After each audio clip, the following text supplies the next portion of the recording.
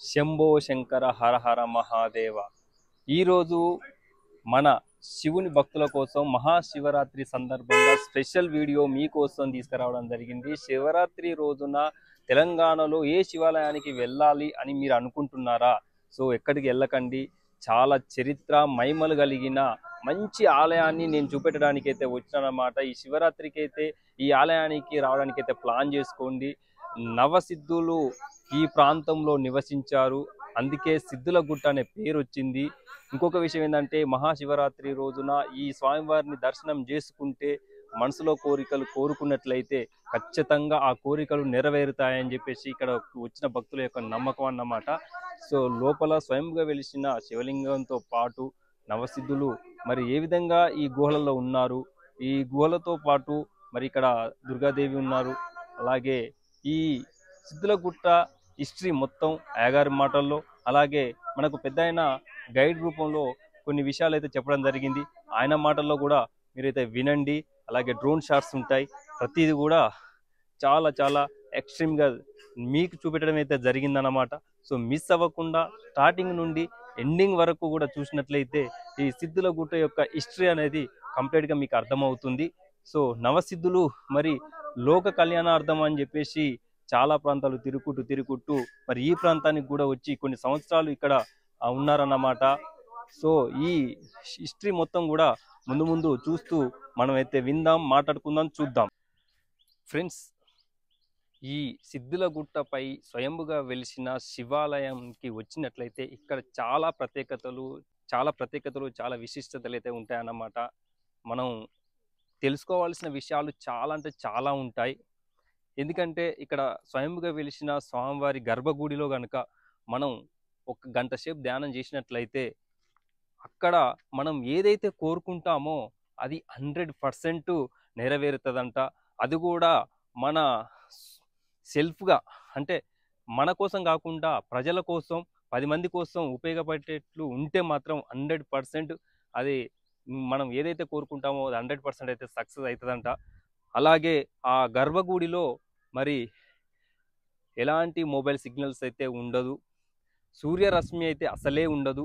అందుకని మనం అందులో ధ్యానం చేసినట్లయితే ఆ ఏకాగ్రత అనేది ఎక్కడ పోకుండా 100% కాన్సన్ట్రేషన్తోని మనమైతే అందులో ధ్యానం చేయవచ్చు అన్నమాట.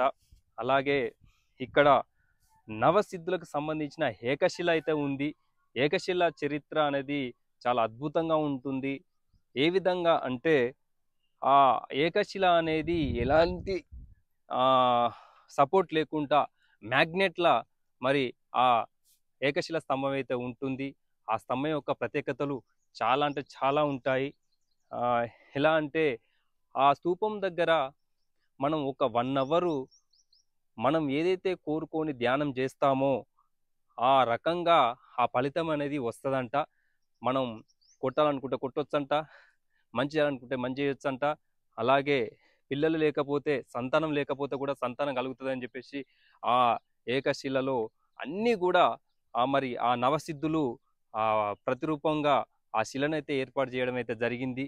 ఆ శిలపై 7 చక్రాలు ఉంటాయి. సో సిద్ధుల గుట్ట అనగానే సిద్ధి అంటే తెలివి, ఆ గుట్టకు ఆ పేరైతే రావడం జరిగింది. మనం ఈ స్వామివారికి దర్శనానికి వచ్చినట్లయితే ఎంతో జ్ఞానాన్ని అయితే సంపాదించుకోవచ్చు. ఆ ఉద్దేశంతో నవసిద్ధులు మరి ఈ ప్రాంతానికి రావడం జరిగింది. వాళ్ళు ఎంతో ప్రతిభావంతులు, ఎంతో తెలివిగలవారు కాబట్టే ఈ గుట్టకు సిద్ధుల గుట్ట అనే పేరు వచ్చింది. ఆ విధంగా మరి ఈ సిద్ధుల గుట్ట యొక్క చరిత్ర ఫుల్ వీడియో మనం చూస్తూ మాట్లాడుకుందాం. సో అయ్యగారు చెప్పారు ఇక్కడ గైడ్ కూడా, అంటే గైడ్ కాదు, సో ఒక పెద్దాయన మనకు ఈ టెంపుల్స్లో కలిశాడు. ఆ గైడ్ కాదు, ఒక పెద్దాయన ఈ టెంపుల్లో కలిస్తే మరి చూపెడుతూ కొన్ని విషయాలు చెప్పని చెప్పేసి నేను అడిగాను. అన్ని విషయాలు కూడా చెప్పడం జరిగింది.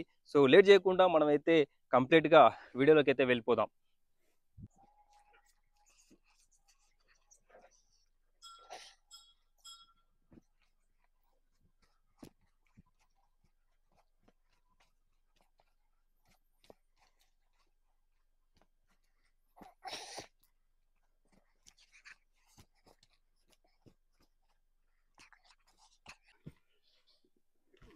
ప్రత్యక్ష లింగాలనే సార్ అవి మనకు కనిపించాయి, లోపల ఉంటాయి.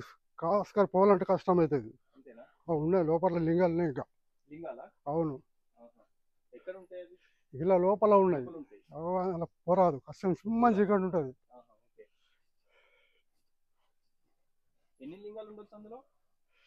గట్లనే ఆడ కనిపించినట్లు ఆడవడం కనిపిస్తారు, ఉంటాయి తిరుగుతాయి. ఇది హరిపాదాలు అన్నట్టు. ఇడికెళ్ళి కిందికి వెళ్ళేస్తానండి, 6 మురికెళ్ళి ఇట్లా మొత్తం సంచాలు ఉంటాయి. మొత్తం కింది దాకా అక్కడ దాకా ఇట్లా ఇట్లా క్రాస్ ఉంటుంది. ఏంటి ఇట్లా వెళ్తే ఏంటిది? ఇది హార్మోన్ సార్. ఇక్కడ నుంచి వాళ్ళు ఇదే దారి ఉండనట్లు. మెట్ల పాటు వస్తుంటాయి. అప్పుడు మెట్లు ఇట్లా లేకుండా కానీ మెట్లు తయారు చేసినట్లు. మెట్లు తయారు చేసి మెట్ల మీదకి వస్తుంటాయి. అప్పుడు భక్తులు, అప్పుడు అప్పట్లో భక్తులు కొత్త ఫస్ట్ లా అప్పట్లో పురాతనంలో అప్పటి నుంచి భక్తులు మెట్ల ద్వారా రావాలంటే ఇట్లా వచ్చేది మెట్ల దారి. ఓకే, ఇప్పుడు రోడ్ ఉంది. ఇప్పుడు రోడ్ అట్లా రోడ్ మీకు వస్తుంది, మెట్ల దారి వస్తలేదు. అలా లోపల కూర సింహ చీకటి ఉంటుంది. లోపల ఇక్కడ శివలింగాలు ఉన్నాయా? అలా లోపల లింగం ఉంది, ఉస్కలింగం ఉంది. అలా కనపడుతుంది ఏమన్నా? కనబడ లోపల కొద్దిగా కనబడుతుంది. లోపల ఒక అంగాల చేయాలా అది కనబడదు. ఇది హరిపాదం. వీడికి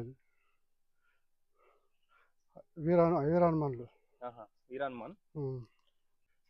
వీరాన్మన్లు సార్. ఇట్లా వస్తుంది, ఇట్లనే పోతారు. కానీ అన్ని ఇట్లా పట్టులా ఇట్లా కట్టి బాగా పబ్లిక్ వచ్చి ఇట్లా మెట్లు కట్టేసి ఇట్లా తీసుకుపోతున్నాను అన్నట్టు. ఇప్పుడు మనం డైరెక్ట్ ఎంట్రీ అన్నట్టు. అట్లా ఇప్పుడు మనం ఇట్లా డైరెక్ట్ పోదాం. భక్తులు వచ్చినప్పుడు మాత్రం ఇట్లా వెళ్తారు. ఇట్లా మీకు వచ్చినప్పుడు బాగా ఫుల్ పబ్లిక్. శివరాత్రి రోజు ఎక్కువ మంది ఉంటారు కాబట్టి శివరాత్రి బాగా శివరాత్రి ఇట్లా వెళ్తారు.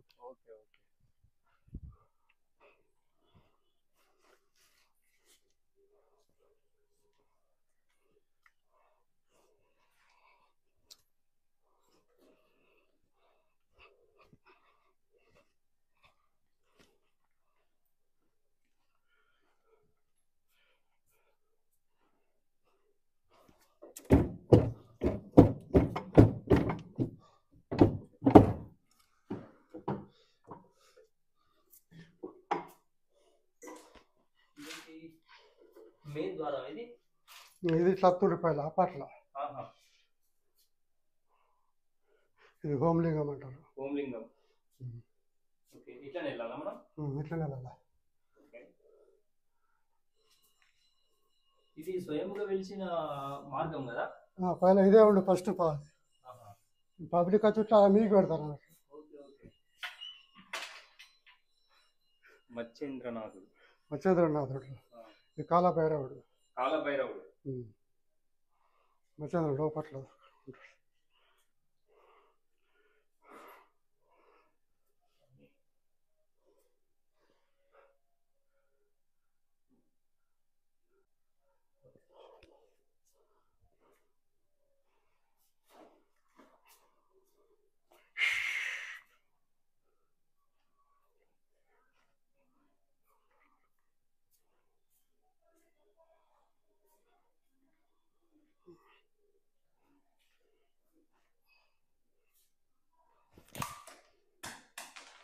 ఇది నవసిద్ధులు సార్. 9 మంది ఉన్నారు నవసిద్ధులు.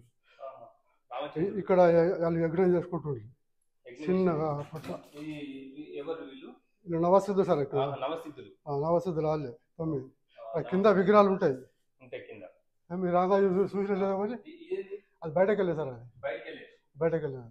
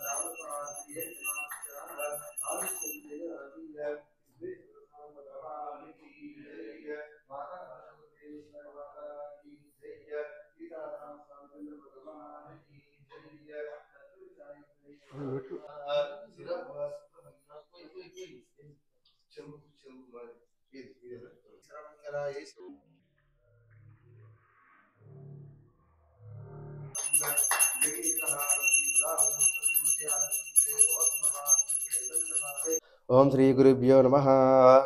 ఈ శివలింగం ఏంటంటే దాదాపు ఒక 2000 సంవత్సరాల కింద ఈ శివలింగం ఏంటంటే స్వయంగా ఉద్భవించింది. మనము మానవులే కానీ ఎవరే కానీ పెట్టిందే కాదు ఈ శివలింగం.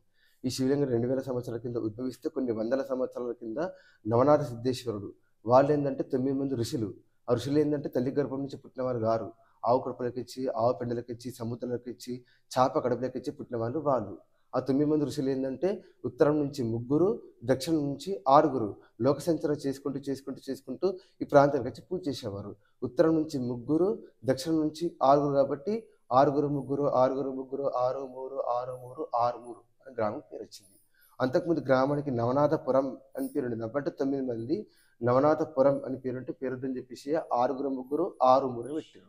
దాంతోపాటు ప్రతి శివరాత్రికి అయితే దాదాపు 1,00,000 నుంచి 1,50,000 మంది వస్తారు శివరాత్రికి. ఈ రామనవమికి అయితే దాదాపు 50,000 నుంచి 1,00,000 మంది వస్తారు. ఈ ప్రతి సోమవారం అయితే అన్నదాన కార్యక్రమం జరుగుతుంది, పల్లకి సేవ ఉంటుంది. ప్రతి సోమవారం 2,000 నుంచి ఒక 5,000 మంది, దాదాపు 10,000 మంది కూడా రావచ్చు ప్రతి సోమవారం. అట్లా ఇంకో విషయం ఏంటంటే శివాలయంలో సిగ్నల్స్ అనేవి ఏముండేవి, ఫోన్ సిగ్నల్స్ ఏముండేవి. రెండో విషయం ఏంటంటే మనకు ఆక్సిజన్ అక్కడి నుంచి వస్తుంది, అక్కడి నుంచి. మూడో విషయం ఏంటంటే సన్ రైజ్ సూర్యకిరణాలు మాత్రం పడవు, అట్లా పడవు. श्री नवनाथ सिद्धेश्वर स्वामी भगवान की जय. माता अन्नपूर्णेश्वरी माता की जय. करभूरगौरम गणावतारम संसारसारम विजयेन्द्रहारम सदा वसन्तं वरदयारविन्दे भवं नमामि. सहितं नमामि सिद्धेश्वर स्वामी भगवान की जय. माता अन्नपूर्णेश्वरी माता की जय. सीताराम स्वामी चंद्र भगवान की जय.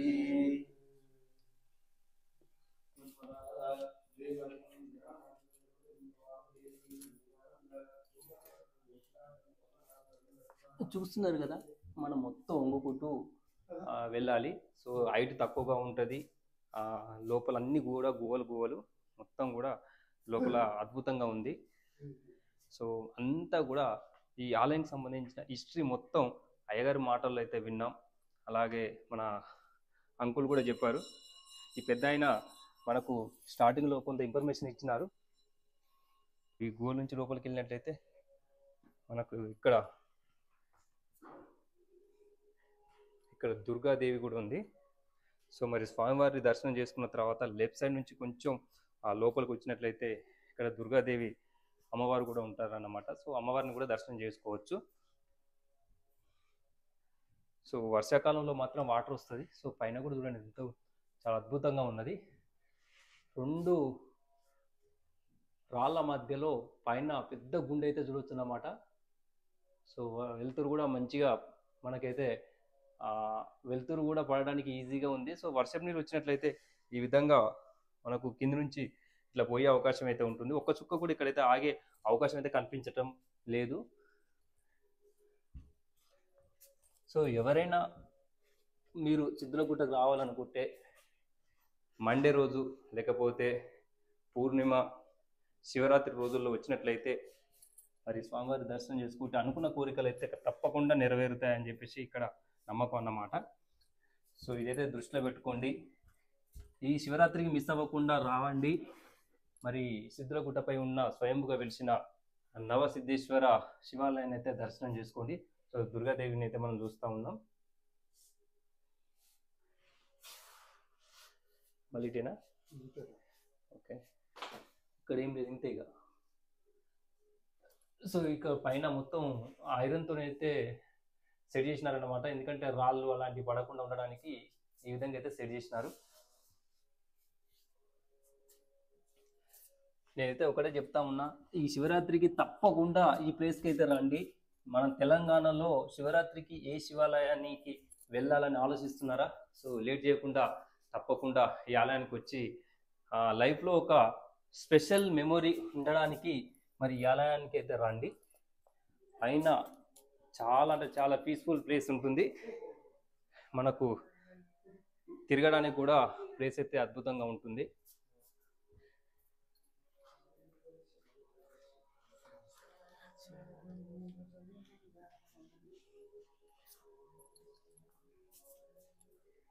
సో ఇటేంటి పెద్దయినా ఇటు బయటికి వెళ్ళేది అది. ఓకే,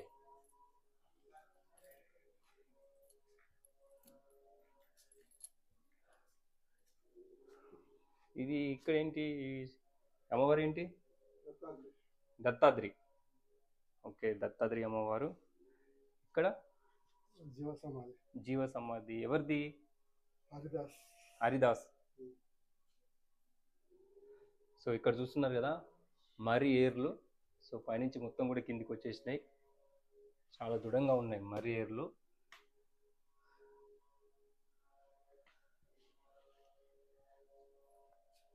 అలాగే ఇంకా ఇటు ఏమి లేదు కదా, ఇటు నుంచి మళ్ళీ అటేనా?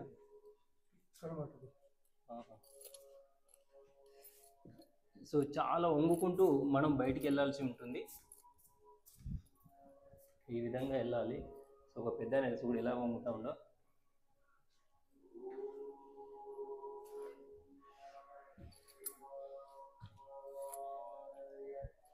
అట్లా మనం ఎంట్రీ ఇచ్చి ఈ విధంగా అయితే ఎగ్జిట్ అయితే అయినాం అన్నమాట. సో ఇది ఎగ్జిట్ ప్లేస్. మనం మొత్తం కూడా స్వామివార్లు అమ్మవార్లు అన్నీ కూడా ఈ కొండ ప్రాంతంలో చూసినాం. ఈ కిందనే మొత్తం గుహలు కూడా ఈ కిందనే ఉన్నాయి. ఓకే, సో రామాలయం కూడా చూడవచ్చు. పక్కనే మనం ఎగ్జిట్ అవ్వగానే ఎగ్జిట్లోనే రామాలయం అయితే ఉంటుంది. సో రామాలయం కూడా చూద్దాం.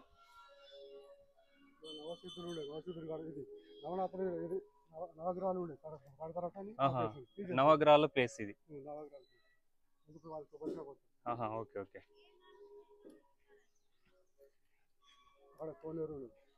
కోనేరు ఉంది. ఎప్పటికి నీళ్ళు ఉంటాయా? ఓకే, పైకి కూడా వస్తాయి. ఎక్కడి నుండి వస్తాయి కోనేరులకి వాటర్? అంతే. ఓకే ఓకే, ఉంటాయి. సో ఫ్రెండ్స్, ఇప్పుడు మనం చూడబోయేది కోనేరు. ఈ కోనేరులో ఎప్పటికీ కూడా మరి ఆ వాటర్ అనేది ఎక్కడి నుంచి వస్తుంది ఎవ్వరికి కూడా తెలియదంట. 365 days మాత్రం ఈ కోనేరులో వాటర్ అయితే ఉంటుంది. అట్లా స్నానాలు చేస్తారు ఈ కోనేరుతో? వాటర్ తాగడానికి ఇది ఎట్లా?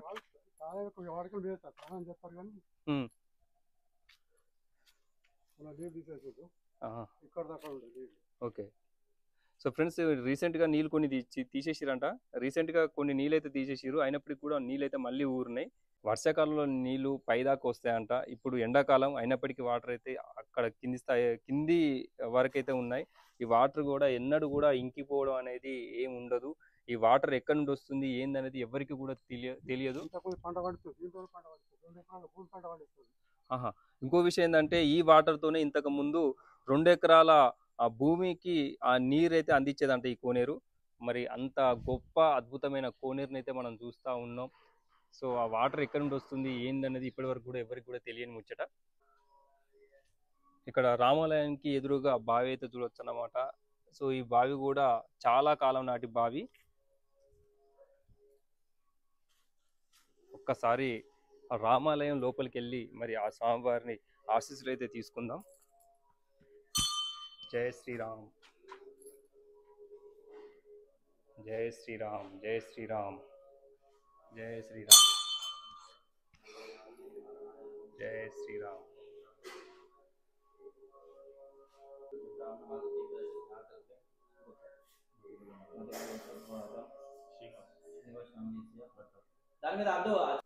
ఫ్రెండ్స్, మరి స్వామివారి దర్శనం అయిపోయిన తర్వాత ఇక్కడ లడ్డు పులిహోర కౌంటర్ అయితే ఉంటుంది. మీకు ఎవరికైనా కావాలనుకుంటే మాత్రం ఇక్కడ 20 రూపీస్ అయితే ఛార్జ్ చేస్తున్నారు. అలాగే కొబ్బరికాయలు కూడా ఈ కౌంటర్లో అయితే దొరుకుతాయి. సో చూస్తున్నారు కదా, ఈ పక్కనే కొబ్బరికాయలు అలాగే ఈ కౌంటర్లో వచ్చేసి స్వామివారి ప్రసాదం అయితే ఉంటుందన్నమాట. సో చూస్తున్నారు కదా, ఇక్కడ చాలా మంది free wedding shoots, free shoots అయితే చేసుకోవడానికి ఇక్కడికి అయితే వస్తారన్నమాట. ఇది చూడొచ్చు పాలగుండం. ఇక్కడ నుంచి మనం చూసినట్లయితే ఊరైతే బాగా కనిపిస్తుంది. నేనైతే డ్రోన్ షాట్లో చూపెట్టడం జరిగింది. సో మీరు ఈ కొండ చుట్టూ కూడా విలేజ్ అయితే అద్భుతంగా కనిపిస్తుంది. డ్రోన్ విజువల్స్ అయితే మీరు చూడొచ్చు అన్నమాట. ఏకశిలకు పక్కనే ఆంజనేయ స్వామి టెంపుల్ అయితే ఉంటుంది. అలాగే ఆంజనేయ స్వామి టెంపుల్ నుంచి కొంచెం ముందుకు వచ్చినట్లయితే మనకు అక్కడ పైన కనిపిస్తున్న ఆ మందిరం అయితే చూడొచ్చు, ధ్యాన మందిర్. సో ఆ ధ్యాన మందిరం అయితే ఇప్పుడే కన్స్ట్రక్షన్ అయితే అవుతుందన్నమాట.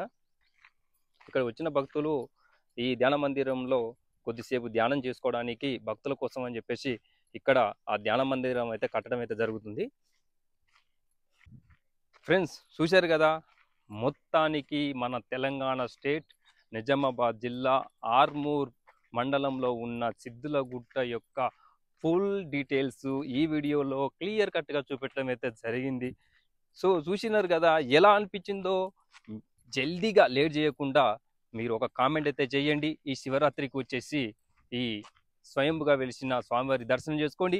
మీ మనసుల కోరికలు నెరవేర్చుకోవడానికి ప్రయత్నం చేయండి. Thank you all. మరొక వీడియోతో మళ్ళీ కలుద్దాం. Bye bye. అందరికీ మహాశివరాత్రి శుభాకాంక్షలు.